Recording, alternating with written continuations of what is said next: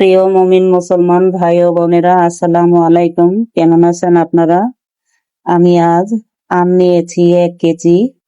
এই আমগুলো 4টি করে টুকরা করে নিয়েছি। এখন আমি কাঁটা চামচ দিয়ে এগুলো হালকা করে একটু ছিদ্র ছিদ্র করে নিব।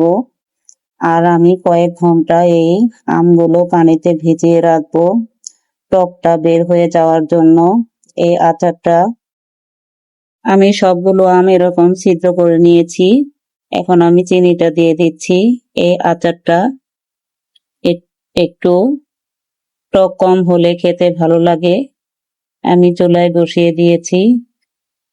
হযরত আলী রাদিয়াল্লাহু তাআলা আনহা বলেন, তুমি যদি কাউকে কষ্ট দাও আর সে যদি চুপ করে থাকে, তবে তার নীরবতাকে ভয় করো, কারণ এর বিচার করবেন স্বয়ং আল্লাহ রব্বুল আলামিন।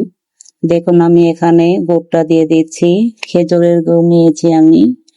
এখানে আমি পাঁচফোড়নের গুঁড়া দিয়ে দিলাম। এখন আমি নাড়াচাড়া দিয়ে এগুলো নামিয়ে ফেলবো। আমার আচারটা বানানো যদি ভালো লাগে একটি লাইক দিবেন, কমেন্ট করবেন।